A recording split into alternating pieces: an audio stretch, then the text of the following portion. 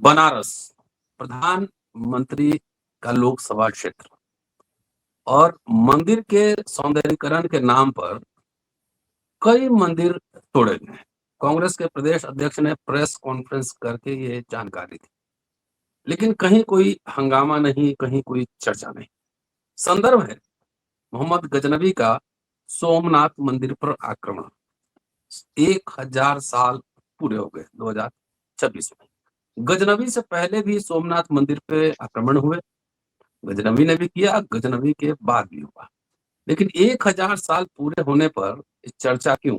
BJP Congress पर आरोप लगा रही है कि जवाहरलाल नेहरू ने मंदिर के जीर्णोद्धार के लिए चंदा नहीं दिया। आम जनता के पैसा से 25 लाख रुपए इकट्ठे किए गए, जीर्णोद्धार हुआ। वहां पे उस समय के गृह मंत्री और deputy prime minister Sardar Patel ने इसका जीर्णोद्धार करवाया था और प्राण प्रतिष्ठा तत्कालीन राष्ट्रपति डॉक्टर राजेंद्र प्रसाद ने किया था। बीजेपी को बार बार मंदिर और मस्जिद यूएसपी है उनका, लेकिन सोमनाथ पे जो आक्रमण हुआ उसकी कई व्याख्याएं इतिहासकार द्वारा 5 वजह बताई जाती हैं। एक तो अपार खजाना, व्यापारियों से, राजा महाराजाओं से भारी मात्रा में दान मिलता था। दूसरा, समुद्र के करीब था कि गुजरात के सौराष्ट्र क्षेत्र में ये है और पश्चिमी भारत का ये प्रवेश द्वार माना जाता है। समुद्री तट से हजारों साल से व्यापारिक संबंध बने थे। राजनीतिक प्रतीक, प्रसिद्ध स्थल पर हमला आक्रमणकारी की सत्ता और भय का संदेश देता था।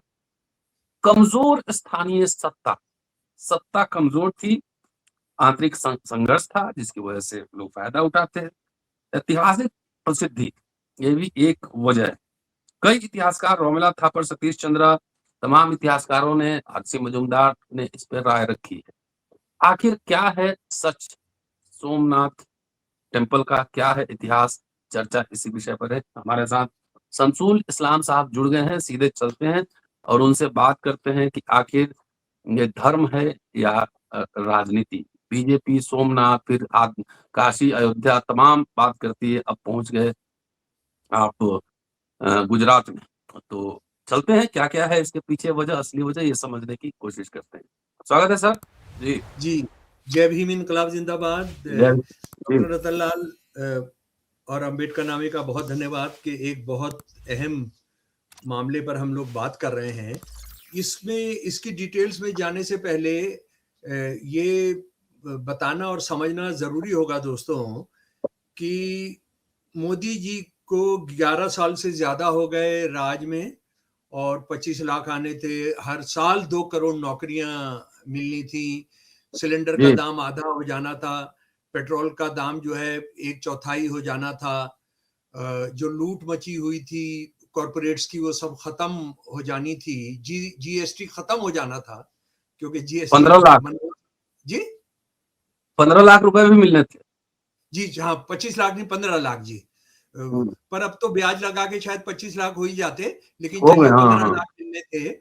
और उसके बाद मनमोहन सिंह सरकार ने जो जीएसटी शुरू कराई थी उसको उन्होंने पूरा खत्म कर देना था। तो वो सब हो गया। अब मोदी सरकार के लिए अब सिर्फ एक काम बचा है कि जो आरएसएस की और हिंदू राष्ट्रवादियों की एक पुरानी कल्पना है कि मुसलमानों को एक गृह युद्ध के जरिए उनका सफाया किया जाए। वो मुसलमानों के का इसलिए किया जाए क्योंकि मुसलमान मलेच्छ होते हैं, गंदे होते हैं। वो जो है वो जो है सारा शूद्र बैकग्राउंड से आते हैं और उसको उसको बहुत अपमानित किया जाता है। उनको एक ऐसी जाति माना जाता है जो वर्ण सिस्टम के अंदर भी नहीं आता है, तो वो उसके बाहर है, यानी चंडाल्स हैं, वो मलेच्छ हैं। तो इसलिए उनको खत्म करना जी इसलिए उनको खत्म करना जरूरी है। तो ये बात, अगर इससे आप संतुष्ट हैं और आप सोचते हैं कि इतने से काम चल जाएगा, मुझे लग रहा है कि इससे ज्यादा बहुत गंभीर मामला है प्यारे दोस्तों। और मैं आपको कुछ ऐसे तथ्य आपको बताने जा रहा हूं, उनसे वो आपके सामने रखने जा रहा हूं कि जो आपको चौंका देंगे। और मैं हमेशा जब भी आरएसएस के किसी मुद्दे पर या आरएसएस से जुड़े हुए सत्ताधारी लोगों से बात करता हूं, तो मैं उनके विरोधियों का कोई तर्क, कोई तथ्य नहीं लेकर आता हूं, उनके अपने जो विमर्श है, उनका जो नहीं। अपना कथानक है, मैं उसको लेकर बात करता हूं। तो जरा सा हम इस बात को समझ लें कि जब इस देश के अंदर क्या क्या हो रहा है, पिछले 3-4 महीने के अंदर उथल पुथल मची है, महंगाई, औरतों पर हिंसा, कॉलेजों के अंदर जो बच्चे सुसाइड कर ले रहे हैं, शूद्रों पर, बहुजनों पर अत्याचार बढ़ते चले जा रहे हैं। उस दौर के अंदर इन्होंने ये चुना कि 11 जनवरी 2026 को हमारे मोदी जी सोमनाथ पहुंचे, और सोमनाथ पहुंचकर उन्होंने जो भाषण किया, उन्होंने बताया कि 1000 साल पहले ये इस जगह को महमूद गजनवी ने इसको तबाह किया था।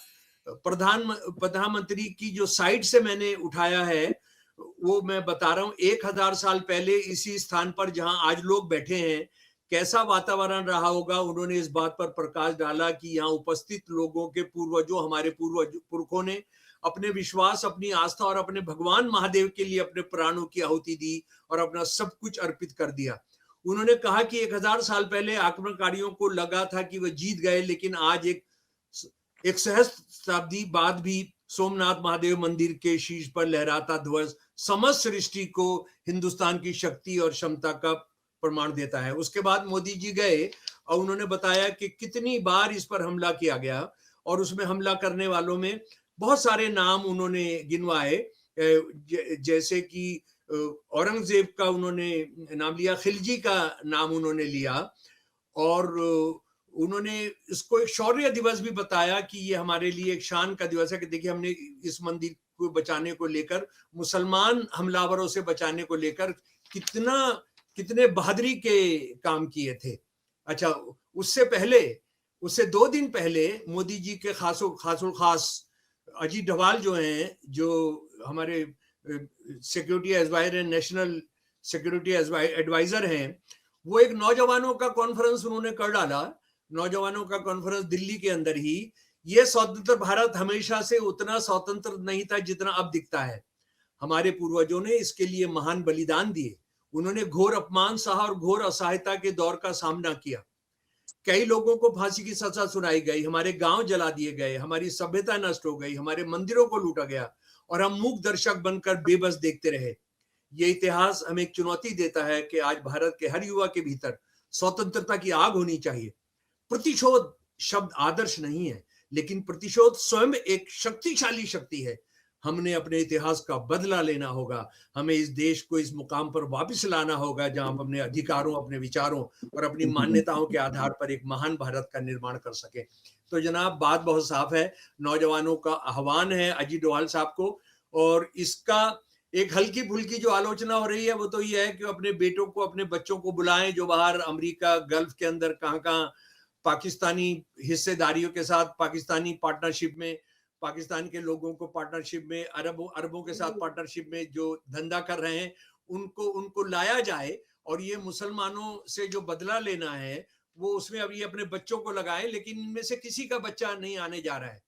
इनमें से ये हमारे जो डिफेंस मिनिस्टर हैं उनके बच्चे बाहर हैं, हमारे जो होम मिनिस्टर हैं उनका बच्चा जो है अब ज्यादा बाहर रहता है, जो क्रिकेट, गिल्ली डंडा कभी नहीं खेला, वो क्रिकेट दुनिया की जो सबसे बड़ी संस्था है उसके अध्यक्ष हैं। उसके बाद आरएसएस के जो बड़े नेता हैं उन सबके बच्चे बाहर पढ़ते हैं, सब America, England, France, Australia, New Zealand, Canada के अंदर है। तो वो तो उनको बुलाएंगे नहीं, लेकिन मैं हिंदू कथानक क्या है, हिंदू विमर्श क्या है, जरा उसको आपको आरएसएस के दस्तावेजों से, हिंदू राष्ट्रवादियों के दस्तावेजों से मैं आपको पढ़कर सुना रहा हूं मेरे प्यारे दोस्तों। सोमनाथ कैसे लूटा था, कैसे तोड़ा गया था, कैसे उसका अपमान किया गया था, कैसे उसको डेसिक्रेट करना कहते हैं, उसको क्या कहेंगे हम, यानी उसको वहां की मूर्ति जो शिव जी की महानतम, सबसे ज्यादा पूजने वाली मूर्तियों में से एक है, वो किन लोगों ने किया था, जरा गोलवालकर की बात सुन लीजिए। गोलवालकर जो हिंदू के, आरएसएस के सबसे बड़े विचारक हैं, और उन्होंने जितना आरएसएस के लिए, हिंदू राष्ट्रवाद के लिए काम किया, किसी दूसरे ने नहीं किया। और इनको प्रोफेसर रामचंद्र गुहा जो हुआ गुरु ऑफ हेट भी कहते हैं। लेकिन देखिए उसने क्या बताया, ये 4 तारीख का 4 जनवरी 1950 का आरएसएस का जो ऑर्गेनाइजर है, ऑर्गेनाइजर जो अंग्रेजी का उनका मुखपत्र है, उसमें उनका जो उन्होंने लिखा था वो मैं हिंदी पढ़कर आपको सुना रहा हूं, जरा गौर से सुनिएगा जनाब। महमूद गौरी ने खैबर दर्रा पार किया और सोमनाथ की संपत्ति लूटने के लिए भारत में कदम रखा। सॉरी, उसे राजस्थान के विशाल रेगिस्तान को पार करना पड़ा। एक समय ऐसा भी आया जब उसके पास ना तो भोजन था, ना ही उसकी सेना के लिए पानी, और यहां तक कि अगर वह खुद अपने हाथ पर छोड़ दिया जाता तो वो नष्ट हो जाता। लेकिन नहीं, महमूद गाजी ने स्थानीय सरदारों को, यानी गुजरात के और राजस्थान के स्थानीय सरदारों को यह विश्वास दिलाया कि सौराष्ट्र के पास उनके खिलाफ विस्तारवादी योजनाएं हैं। अपनी मूर्खता और तुष्टता में उन्होंने उस पर विश्वास कर लिया और वो उसके साथ हो लिए। जब महमूद, सुन लीजिए बहुत गौर से जनाब, अंग्रेजी का हिंदी अनुवाद जो मैंने किया है। जब महमूद गाजी ने महान मंदिर पर हमला किया तो वो हिंदू थे, हमारे खून का खून, हमारे मांस का मांस, हमारी आत्मा की आत्मा, जो उसकी सेना के अग्रिम मोर्चे पर खड़े थे। सोमनाथ को हिंदुओं की सक्रिय मदद से अपवित्र किया गया था। ये इतिहास के तथ्य हैं, समझ लीजिए इसको। और अंग्रेजी भी मैं इसको लास्ट 2 सेंटेंस आपको पढ़कर सुना देता हूं जी। When Mahmud Ghazi launched his assault on the great temple, it was the Hindu blood of our blood, flesh of our flesh, soul of our soul, who stood in the vanguard of his army. Somnath was desecrated with the active help of Hindus. These are facts of history. कोई मुसलमान नहीं कह रहा है, रतन लाल नहीं कह रहा है, कोई कम्युनिस्ट नहीं कह रहा है, कोई अरब नहीं कह रहा है, कोई गजनी का आदमी रहने वाला नहीं कह रहा है। हिंदू धर्म के महंतम विचारक, जिनके बारे में मोदी जी कहते हैं कि उनको राजनीति में लाने के लिए इसी बंदे ने उनकी ट्रेनिंग दी। आरएसएस में जो उनकी ट्रेनिंग है नेता बनने की, वो इसी बंदे ने दी है। वो क्या कह रहा है, फिर सुन लीजिए। जब महमूद गाजी ने महान मंदिर पर हमला किया तो वो हिंदू थे, हमारे खून का खून, हमारे मांस का मांस, हमारी आत्मा की आत्मा, जो उसकी सेना के अग्रिम मोर्चे पर खड़े थे। सोमनाथ को हिंदुओं की सक्रिय मदद से अपवित्र किया गया। ये इतिहास के तथ्य हैं।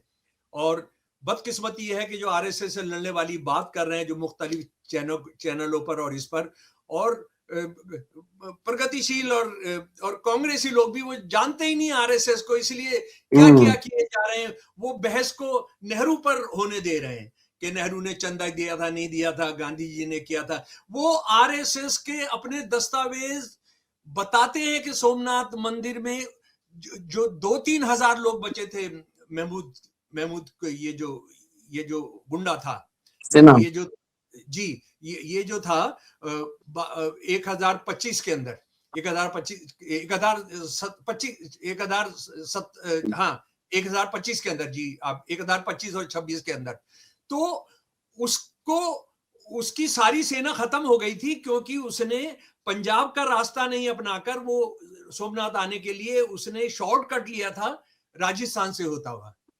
राजस्थान का, पाकिस्तान का जो गुजरात है वो राजस्थान के इलाके से वो यहाँ पर आया था और सब कुछ खत्म हो गया था उसका। ये महमूद गजनवी के जो गजनवाई जो हिस्टोरियंस है, उन्होंने बताया कि सब कुछ खत्म हो गया था, ये जिंदा नहीं बचता अगर इसको वहां के लोकल हिंदू जो बड़े जमींदार थे, जो बड़े राजा थे, वो उसकी मदद नहीं करते। अच्छा, उसके बाद दूसरी बात आप जरा सा सोचिए, कॉमन सेंस का भी इस्तेमाल हमने करना चाहिए। गजनी से, अभी आप गूगल में चले जाइए और देखिए कि गजनी से सोमनाथ मंदिर कितनी दूर है। 1800 से 2000 किलोमीटर है। और ये जो 1800 से 2000 किलोमीटर है, ये जो है इसमें 100 किलोमीटर से ज्यादा पूरा जो आज इंडिया का नक्शा है, उस इंडिया के अंदर आता है वो 100 किलोमीटर। यानी जो आर्यवर्त था आरएसएस के हिसाब से, जो हिंदू राष्ट्र था, जहां पर हिंदू राष्ट्र था, क्योंकि अभी इस्लाम नहीं फैला है, अभी इंडिया के अंदर इस्लाम नहीं फैला है कहीं पर भी। तो ये जो है, ये बंदा क्या कर रहा है, ये बंदा 1 बार नहीं, 2 बार नहीं, 3 बार नहीं, 4 बार नहीं, 5 बार नहीं, 6 बार नहीं, 17 बार हमला करता है सोमनाथ मंदिर पर। और ये सोमनाथ मंदिर का जो 1026 का जो है, सैकड़ों ऊंट, सैकड़ों घोड़े ये लाद कर बेशकीमती जो जेवर हैं, जेवरात हैं, हमारे देश की लड़कियां, हमारे देश के नौजवानों को अगवा करके ये ले जाता है 1000 से ज्यादा किलोमीटर भारत के क्षेत्र में। कोई रोकता है इसको? कोई हिंदू बहादुर? मोदी जी कह रहे हैं ये शौर्य की दास्तान है, ये हमारा जो पर्व है, ये हमारा जो त्योहार है, ये शौर्य का और वो जो वहां लोग बैठे हैं उनको बता रहे हैं कि उनको बता रहे हैं मोदी जी के, देखिए आप जो यहाँ बैठे हैं, आप किन की संतानें हैं? जिन्होंने मोहम्मद गौरी को हरा दिया था, मोहम्मद गौरी को नष्ट होने से इन्होंने बचा लिया था। शर्म नहीं आती है? शर्म नहीं आती है। और इसका तो मजाक उड़ाते हुए, इसका मजाक उड़ाते हुए मैं आपको लेकर चलना चाहता हूं दयानंद सरस्वती जी की किताब सत्यार्थ प्रकाश। सत्यार्थ प्रकाश में एक चैप्टर ही है सोमनाथ मंदिर। सोमनाथ मंदिर किस तरह से महमूद गाजी के हवाले कर दिया गया, वहां के पंडों ने, वहां के पंडितों ने, वहां के पुजारियों ने। जरा दयानंद सरस्वती की जबानी सुन लीजिए, सुन लीजिए जरा। जो पोप पुजारी पूजा पुरुषरण स्तुति प्रार्थना करते थे, सॉरी इससे पहले एक सेंटेंस आएगा जी। जब महमूद गजनी आकर लड़ा तब ये पुजारी भक्तों की दुर्दिशा हो गई और लाखों फौज, 10,000 से ज्यादा फौज भाग गई। जो पोप पुजारी पूजा स्तुति प्रार्थना करते थे, उन्होंने ये नारा दिया, उन्होंने ये आश्वासन दिया कि हे महादेव, इस मलेच को तू मार डाल, हमारी रक्षा करो। वो अपने चेले राजाओं को समझाते थे कि आप निश्चिंत रहिए, महादेव जी भैरव अथवा वीरभद्र को भेज देंगे, वह सब मलेच्छों को मार डालेंगे, वह अंधा कर देंगे। सब अभी हमारा देवता प्रसिद्ध होता है, हनुमान, दुर्गा और भैरव को सौंपन दिया है कि हम सब काम कि वो काम कर देंगे। वे विचार भोले राजा और क्षत्रिय पोपों को बहकाने से विश्वास में रहे। उन्होंने इनकी बात मान ली और उन्होंने कहा कि ये तो भगवान महादेव जो अपने आप बदला ले लेंगे, ये इनको मारेंगे, इनको खत्म कर देंगे। वहां कुछ नहीं हुआ, वहां कुछ नहीं हुआ। वो इनका इंतजार करते रहे भगवानों को आने का। ये और बात है कि फिर वो ये मूर्ति पूजा के मजाक उड़ाते हैं दयानंद सरस्वती के। देखो उन्होंने बदला लेना था, कोई नहीं आया। लड़ना तो लोगों को था। लोग जो है वो इतने डरपोक थे कि वो उसके सामने डरकर हथियार डाल दिए। और वहां के जो पंडित थे उन्होंने कितने करोड़ रुपए का रतन निकले, वो दीजिए, वो भी इसके अंदर लिखा हुआ है। 3 करोड़ रुपया अपने हाथ से उनको दे दिया, 3 करोड़ रुपया के इसको ले जाओ, इसको ले जाओ, हमारी जान बख्श दो। अच्छा, उसके बाद अब जरा सा एक इस बात को जानिए कि ऐसा लगता है मोदी जी के लिए और अजीत डोभाल के लिए कि ये जो मंदिर जो था ये महमूद गजनवी ने तोड़ा, मुसलमान ही तोड़ते रहे, मुसलमानों ने हमेशा काम किया। लेकिन अगर भारतीय इतिहास का ब्राह्मणवादी जो विमर्श है, अगर उसको भी अगर हम देखेंगे तो उसके लिए मैं फिर हिंदू विमर्श के जो दस्तावेज हैं वो आपके सामने रखना चाहता हूं। मैं आपको लेकर चलना चाहता हूं मेरे प्यारे दोस्तों, स्वामी विवेकानंद ने जो जगन्नाथ मंदिर के बारे में जो लिखा है जरा उसको सुन ले। बहुत लंबा उन्होंने लिखा है, मैं छोटा सा, क्योंकि हम ये चाहते हैं कि 30 से 35 मिनट में हमारी बात खत्म हो जाए। स्वामी विवेकानंद का जो अंग्रेजी का जो उनका वॉल्यूम है, वॉल्यूम 3 पेज 264, ये उनका अपना छापा हुआ, अद्वैत आश्रम का छापा हुआ। जगन्नाथ मंदिर एक प्राचीन बौद्ध मंदिर है। हमने इसे और अन्य मंदिरों को अपने अधीन करके पुनः हिंदूकृत किया है। हमें अभी भी ऐसे कई काम करने हैं। कौन कह रहा है? कोई मुसलमान इतिहासकार कह रहा है, कोई ईसाई इतिहासकार कह रहा है, कोई कम्युनिस्ट इतिहासकार कह रहा है, विवेकानंद जी कह रहे हैं, जिनकी मूर्तियां लगाते घूम रहे हो सब जगह, उनको पढ़ तो लो। अच्छा, उसके बाद एक और चीज, बंकिम चंद्र चटर्जी का आनंद मठ पढ़िए। आनंद मठ के अंदर बार बार जिक्र आ रहा है संतान सेना की, जो साधु सेना है वो किन मंदिरों में रह रही है। बंकिम चंद्र चटर्जी, जब भी संतान सेना ने जिन मंदिरों के अंदर अपना ठिकाना बनाया है, अपनी सेना रखी हुई है, उस मंदिरों का बार बार वो ये कहते हैं, इस मंदिर के अवशेष देखकर लगता है कि पुराना बौद्ध मंदिर था। यानी इसका मतलब है कि बंगाल के पुराने बौद्ध मंदिरों को इन्होंने हिंदू बनाकर वहां पर वहां पर हिंदूकरण करके वहां पर हिंदू सेना रखी हुई थी, क्योंकि उसको हिंदू सेना कहते हैं, संतान सेना को हिंदू सेना कहते हैं। ठीक है जी। अच्छा, उसके बाद फिर बंकिम चटर्जी पर मैं आता हूं। मैं दरखास्त कर रहा हूं जो आरएसएस से लड़ना चाहते हैं कि थोड़ा अकल लो, थोड़ा जानो आरएसएस को, इसको कांग्रेस और नेहरू के चक्कर में मत फंसाओ। उसमें उसमें तुम उनके हाथों में खेल जाओगे। जगन्नाथ मंदिर में जो पूजा होती है उसका सबसे महत्वपूर्ण एक उत्सव है रथ यात्रा। रथ यात्रा। डॉक्टर रतनलाल, आप जरा सा देखिए, ये इन्होंने ही बताया है, बंकिम ने ही जो बताया, जरा सुन लें। बंकिम जी की एक किताब है on the origin of Hindu festivals, ये हमको जरूर पढ़ना चाहिए। बल्कि मैं कहता हूं जो इतिहास में रुचि रखते हैं, हिंदू इतिहास में, उनको इनकी एक किताब है, रूपा ने छापी है, essays and letters of Bankim Chandra Chatterjee, वो जरूर पढ़ना चाहिए जी। उसमें उन्होंने क्या लिखा है जरा सुन लीजिए। जगन्नाथ मंदिर एक प्राचीन बौद्ध मंदिर है। हमने इसे और अन्य मंदिरों को अपने अधीन कर लिया और उनका पुनर्हिंदूकरण किया। बंकिम भी कह रहे हैं जनाब, ये मुझे ज्ञात है कि जनरल कनिंगम ने भिल्सा टोपसे पर अपने कार्य में जगन्नाथ मंदिरों में रथ उत्सव की उत्पत्ति का एक और बहुत ही उचित विवरण दिया है।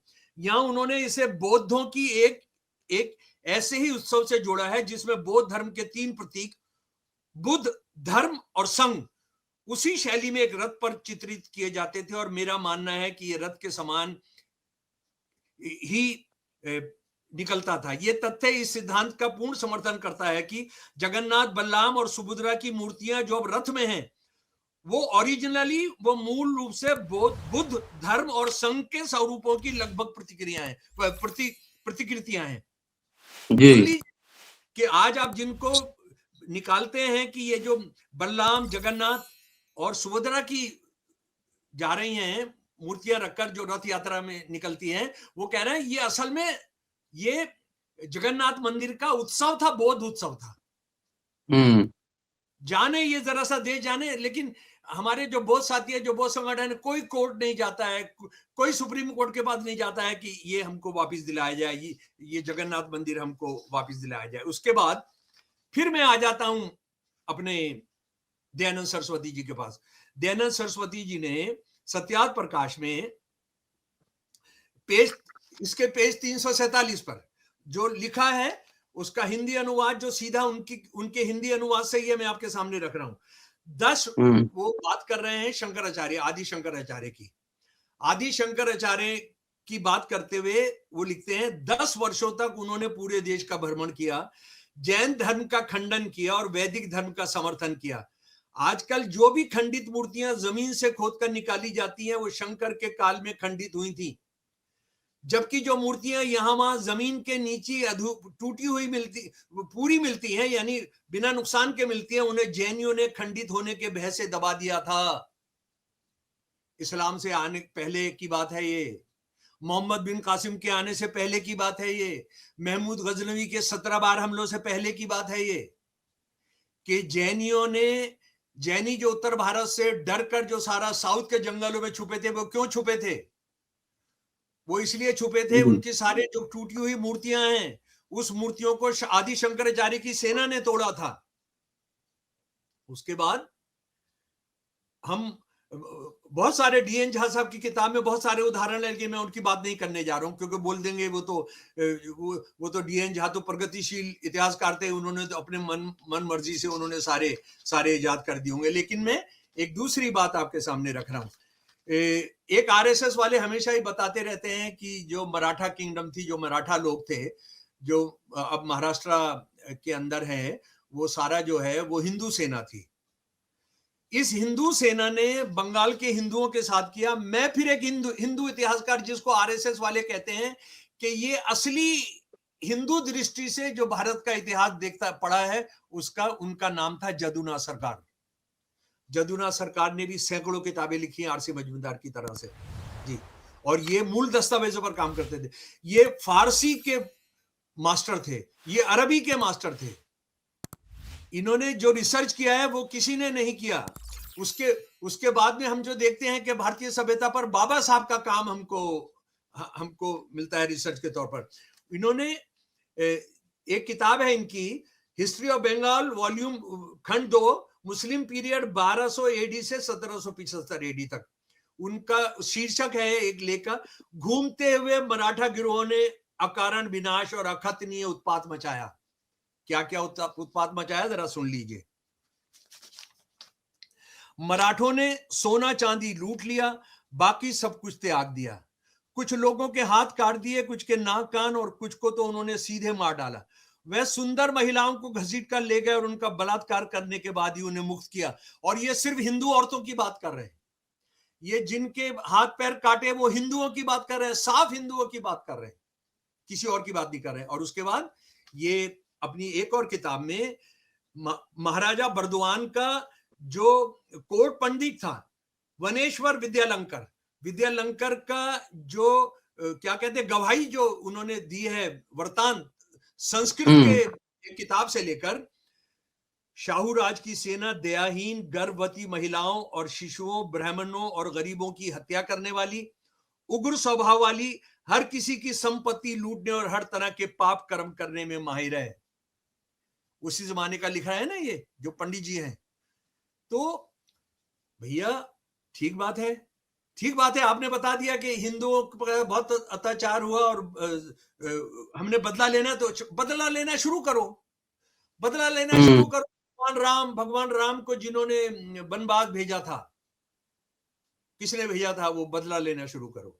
उसके बाद कैकेयी माँ से बदला लो, उनके पति से बदला लो, उसके बाद रावण से बदला लो, उसके बाद जो महाभारत हुई, महाभारत जिसके अंदर 130 करोड़ लोग मारे गए 8 घंटे की लड़ाई में, हम उसका बहस में नहीं जा रहे हैं क्या संभव है नहीं संभव है, और सिर्फ 8 लोग बचे थे, तो वो उनसे बदला लिया जाए। द्रोणाचार्य जिसने अंगूठा काटा था, गुरु द्रोणाचार्य अंगूठा काटा था, वो भी एक हिंदू था, एकलव्य, उसका बदला लेने के लिए करिए। द्रौपदी के जो कपड़े उतारे थे उससे बदला लेने के लिए करिए। तो 5000 साल पुरानी सभ्यता में मान लो, एक मिनट के लिए मान लो कि मुसलमानों ने ही सिर्फ मूर्तियां तोड़ी हैं, मुसलमानों ने सिर्फ अत्याचार किए हैं। 5000 साल की सभ्यता में एक लिस्ट बना लो, 5000 साल से शुरू करो, जिसका नंबर आते जाए उसको मारते चलो। शमसुल इस्लाम का नंबर तो बहुत बाद के अंदर आएगा, बहुत ही बाद के अंदर आएगा, उससे इंडिया का सारा सब कुछ खत्म हो चुका होगा। और दूसरी बात, मुसलमानों का राज क्या था, आखिरी बात मेरी तरफ से, मुसलमानों का राज क्या था? 1871-72 के अंदर अंग्रेजों ने धर्म के नाम पर भारत का सेंसस कराया। आप जाकर देख लीजिए, गूगल के अंदर डालिए, आपको वो दस्तावेज ब्रिटिश पार्लियामेंट ने जो रिलीज की, ब्रिटिश पार्लियामेंट की कमेटी थी वो जिसने ये किया था, वो पूरी की पूरी 80 पेज की दस्तावेज है। उसके अंदर उन्होंने बताया 21.5% मुसलमान, 73% सिख और हिंदू, और 5% जैन, बुद्ध, ईसाई। वो भी मुसलमान, पूरा भारतवर्ष, बांग्लादेश और पाकिस्तान मिला के सब रजवाड़े सब मिलाकर। हाँ, तो भाई मोदी जी, पता लगेगा आप भी जद में आ जाएंगे, क्योंकि आप उनकी संतान हैं। आप किसकी संतान हैं? आप उनकी ही संतानें तो हैं जिन्होंने चीरहरण किया था, जिन्होंने, या तो आप बताओ कि वो हिंदू हमसे अलग हिंदू थे, तो फिर यहाँ भी बहस शुरू होगी कि जिन मुसलमानों ने किया वो मुसलमान के तौर पे नहीं किया, वो गुंडे थे। जी, अगर आप ये कह रहे हो कि सारे हिंदू एक होते हैं, तो मोदी जी, मैं फिर कह रहा हूं कि नंबर हमारा बहुत बाद में आएगा, मुसलमानों का नंबर बहुत में आएगा। ये अजीत डोभाल वो जो हैं ये, और मैं बजरंग दल और विश्व हिंदू परिषद को कहता हूं कि वो बनाए 5000 साल की लिस्ट, 5000 साल की लिस्ट बनाएं और उसके अंदर तय करें। मैं कम से कम तैयार हूं सजा भोगने के लिए। जी। चलिए सर, बहुत बहुत शुक्रिया, बहुत ज्ञानवर्धक चर्चा, बहुत सारी जानकारी मेरे भी इजाफा हुआ। पूरा दस्तावेज भेजिएगा, वीडियो के साथ उसको लगाया जाएगा कि जो भी दर्शक देखेंगे वो रेफरेंस अपना चेक कर सकते हैं। शुक्रिया, देखते रहिए अम्बेडकर नवा। Thank you sir.